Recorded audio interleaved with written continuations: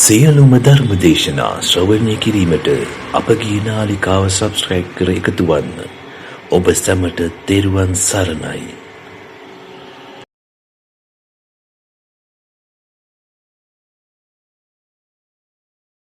මේ බුදුන් වඳිනව නේද පුතේ? බුදුන් වඳිනවනේ. හොඳ ඕනේ බුදුහාමුදුරුවන්ට වඳින පුදන කට්ටියට, බුදුහාමුදුරුවන්ට ගරු කරන කට්ටියට පුතේ කවදාවත් වරදින්නේ නැහැ. බුද්ධ වන්දනාව හොඳට කරන කට්ටියට හොඳට ඉගෙන ගන්න පුළුවන්. හොඳට ඉගෙන ගන්න පුළුවන්, අනාගතයේ හොඳට දීප්තිමත් වෙනවා. ඒ හින්දා හොඳට බුද්ධ වන්දනාව කරන්න. ඔය නුවර තියෙනවා පුතේ දළදා මාලිගාව අහලා තියෙනවා. දළදා වහන්සේ වැඩේ. දළදා වහන්සේ කියලා කියන්නේ අපේ බුදුහාමුදුරුවන්ගේ දන්ත ධාතුව. මිනිස්සු ලෝකයක් වැඳුම් බෙදුම් කර දළදා පෙරහැර අහලා තියෙනවා. අලියැත්තු පිරිවරාගෙන යන ඔය දළදා පෙරහැර දවසක් මම මේ කාරණේ පුතේ කට්ටියට කියන්නේ බුදුහාමුදුරුවන්ගේ තියෙන වටිනාකම තේරුම් ගන්න ඕනේ. බුදුහාමුදුරුවෝ රකින්න කට්ටිය කවදාවත් වරදින්නේ නැහැ. දළදා මාලිගාවේ ඇතෙක් හිටිය රාජා ඇතා කියන. අර දැකලා තියෙනවද පුතේ ඇතා පිටේ කරඬුව බැඳගෙන යනවා. ඔය රාජා ඇතා දවසක් පෙරහැර යනකොට එක පාරම පුතේ මේ උස්සපු කකුලක් බිමින් තියන්න නැතුව ඉන්නවා. උස්සපු කකුල බිමින් තියන්න නැතුව ඉන්නවා.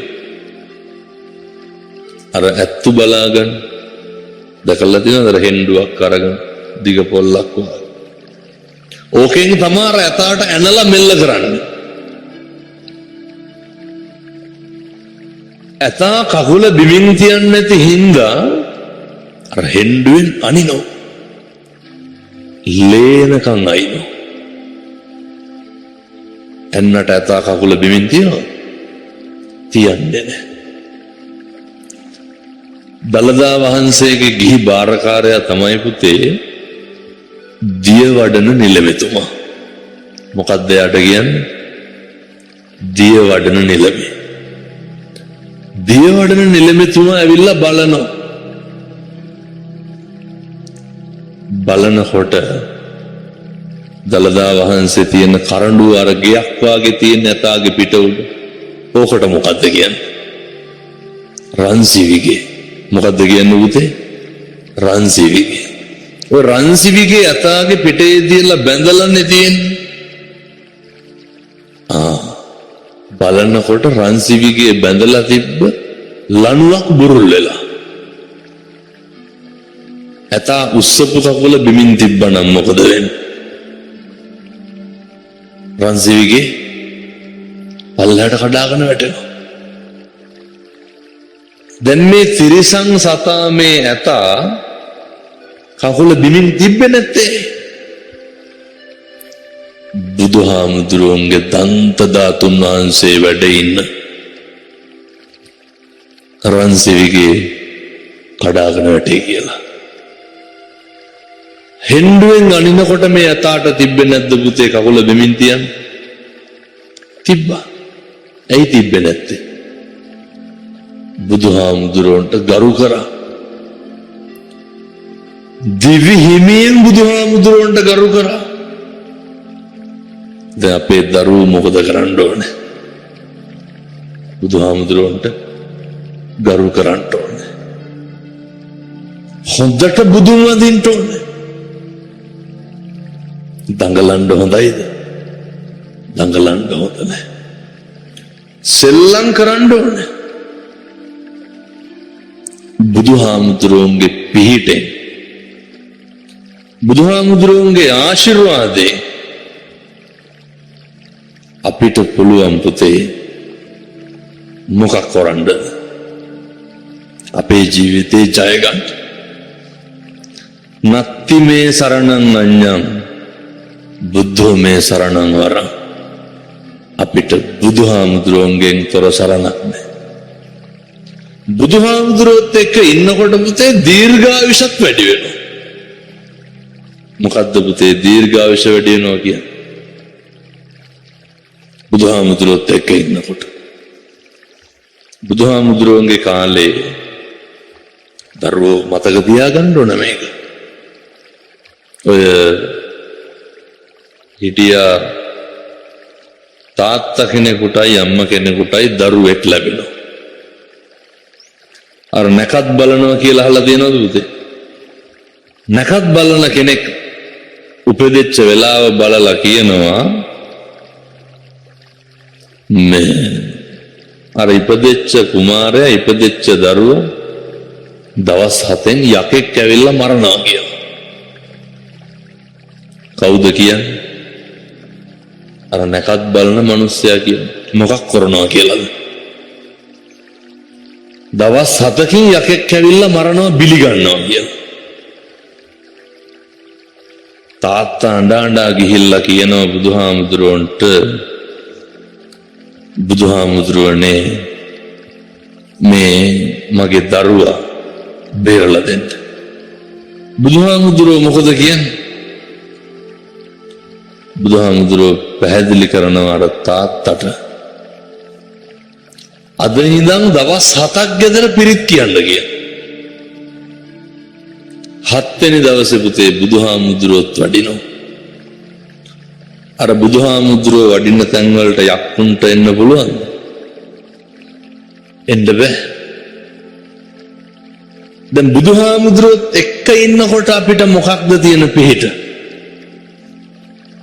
කිසි කෙනෙකුට අපිව විනාශ කරන්න බෑ. කිසි කෙනෙකුට අපිට හානියක් කරන්න බෑ. හිතක් රිද්දන එක බරපතල අකුසලයක් වෙනවා. එනිසා සත්පුරුෂ දරුවෝ මතක තියාගන්න ඕනේ, හෙට ඉඳන් කාටවත් තෝ කියලාවත් කතා කරන්න එපා. හෙට ඉඳන් කිසිම යාළුවෙකුගේ හිතක් රිදෙන්න කතා කරන්න එපා. හොඳ සත්පුරුෂ දරුවෝ විදියට ඉන්න. අනෙක් යාළුවෝ ගැන හරි කරුණාවෙන් ඉන්න. අනෙක් යාළුවෝ ගැන හොඳ මෛත්‍රී සාගත සිතුවිල්ලෙන් ඉන්න.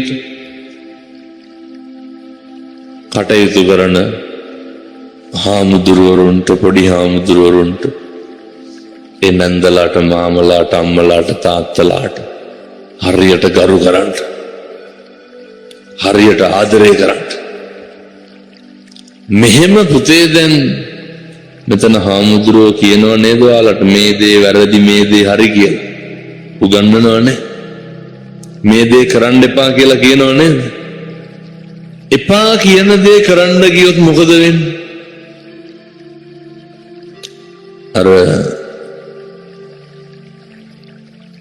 අහලා තියෙනවද පුතේ ගෙම්බිටයි මීයටයි වෙච්ච දේ? මීයාගේ ගෑනු සතාට මොකක් කියලාද කියන්නේ? ගෙම්බගේ ගෑනු සතා කවුද? ගෙම්බි. ඔය කැලේක ඉන්නවා ගෙම්බියෙකුයි මීයෙකුයි. ගෙම්බි මීයයි කාලයක් ඉන්නකොට ගෙම්බි මීයගේ ප්‍රේම සම්බන්ධයක් පටන් දෙන්න යාළු වෙනවා. කවුරුද යාළු වෙන්නේ? ගෙම්බි මීයයි. දැන් මේ කසාද ගැලපෙනවද? ගෙම්බි බඳින්න ඕන ගෙම්බෙක් නෙමෙයිද? ගෙම්බේ. දැන් පුතේ අර ගෙම්බිට සැකයි මීයා ගෙම්බිව දාලා ඉද කියලා. ගෙම්බි මොකද කරේ? වැල් පොටක් අරගෙන, වැල් දැකලා තියෙනවනේ, වැලක් අරගෙන එක කෙලවරක් බැඳ ගෙම්බිගේ කවුලේ. අනිත් කෙලවර කොහෙද බැඳේ? මීයාගේ කකුලේ. දැන් යන තැනටම දෙන්න එකටම නෙමෙයිද යන්න ඕනේ? ඇයි එකටම යන්නේ? බැඳලානේ තියෙන්නේ. කැලේ ඇතුලේ යනකොට දවසක් ඔය දැන් පුතේ ගෙම්බෝ ඉන්නේ වතුරේද ඉන්නේ ගොඩද ඉන්නේ? ගෙම්බෝ ඉන්නේ වතුරේ. මීයෝ කොහෙද ඉන්නේ? මීයෝ ඉන්නේ ගොඩ. ගෙම්බිට ඇහෙනවා පුතේ කැලේ ඇතුලේ යනකොට වතුර පෙරිච්ච පොකුණක ගෙම්බෝ කෑ ගහන සද්දයක් ඇහෙනවා. ඊට පස්සේ ගෙම්බි මොකද කරේ? දැන් ගෙම්බිට අමතක වුණා එකපාරම මීයා අර කකුලේ බැඳගෙන ඉන්නවා කියලා. ගෙම්බි මීයාත් අරගෙන කොහාටද පැන්නේ? පැන්න වතුරට. කාලෙකින් වතුර දැක්කේ. ඊට පස්සේ ගෙම්බි ඇති හැටි වතුරේ පේනවා. ගෙම්බි මීයා මැරෙනකම්ම මොකද කරුවේ? වතුරේ පේනවා. දැන් මීයා මැරිලා අර සත්තු මැරුණාම පුතේ උඩ පාවෙනවා. උඩ පාවෙන්න ගත්තා. දැන් ගෙම්බිට බොහොම දුකයි. උඩින් ගියා උකුස්සෙක්. උකුස්ස මොකද කරේ? මොකක් කරන්නද? අර මැරිච්ච මීයා උකුස්ස මස්නේ ගන්න. උකුස්ස ඇවිල්ලා අර මැරිච්ච මීයා අල්ලගෙන ගියා. මීයත් එක්ක කවුද උඩට ගියේ? ඒ කොහොමද උඩට ගියේ? කකුල ගැට ගහලානේ තිබ්බේ. ගෙම්බි ගෙම්බෙක් බැන්දනම් ඔය විනාශ වෙනවද? මීයාට හරියන කසාදයක් කරගත්තා නම් මොකද වෙන්නේ? අද්දට ජීවත් වෙනවා. මේ ලෝකේ තියෙනව නේද පුතේ අර නොකල යුතු දේවල් කියලා?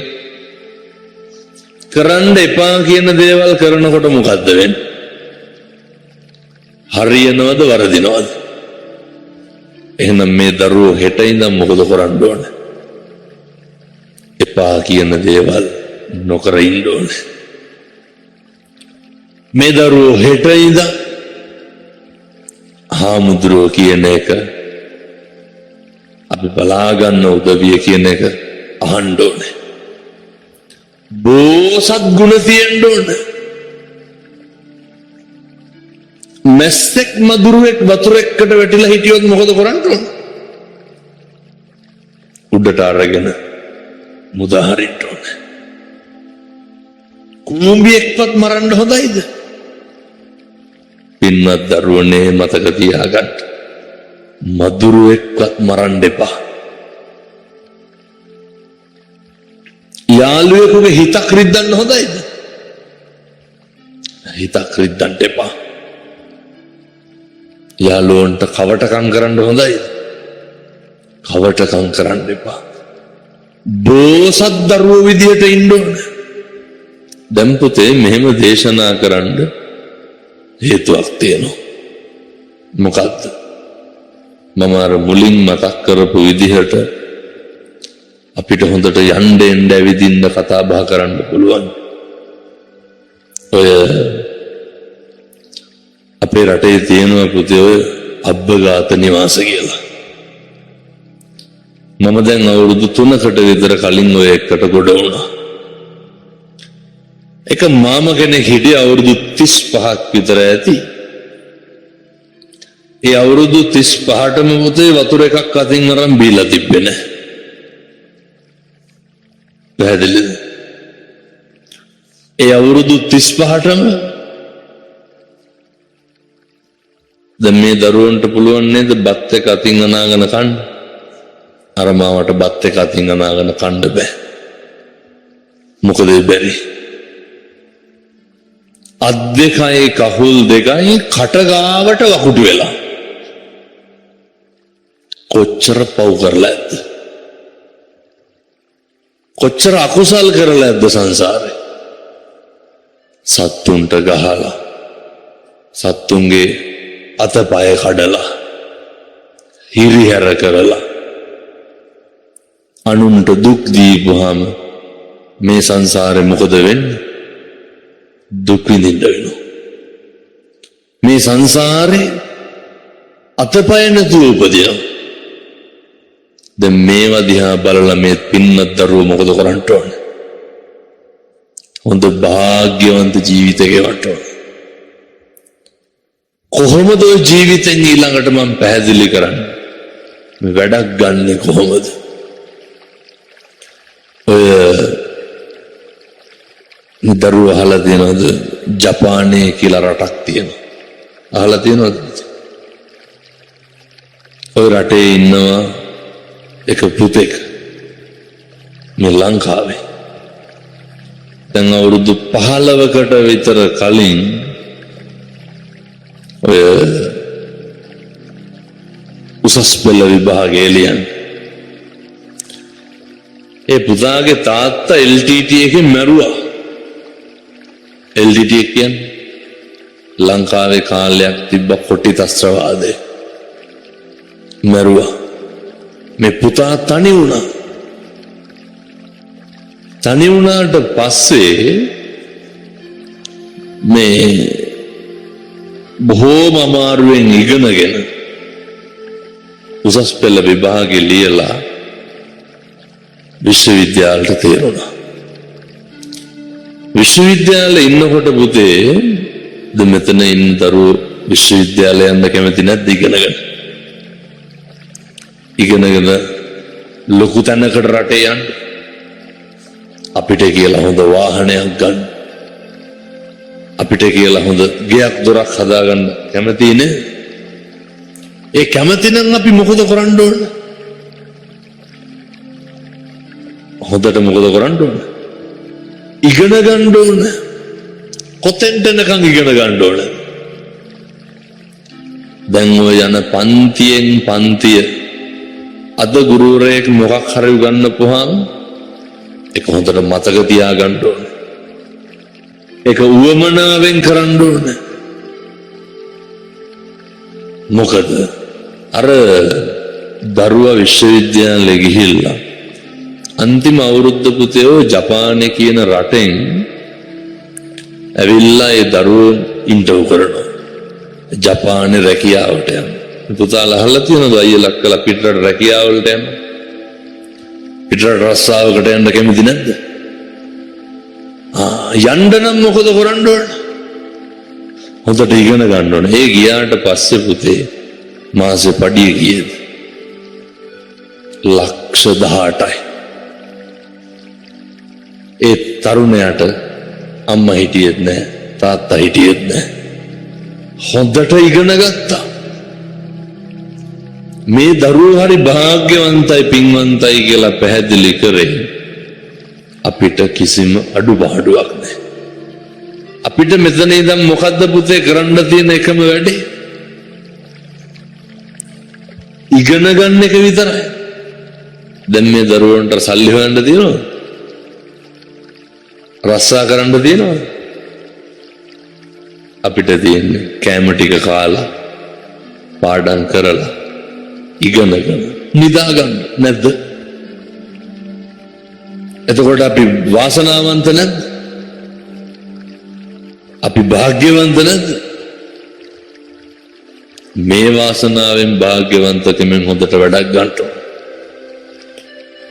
තව අවුරුදු 10ක් 15ක් යනකොට මේ දරුවෝ මේ ලෝකේ හොල්ලන්න පුළුවන් විශිෂ්ට පුද්ගලයෝ බවට පත් වෙන්න ඕන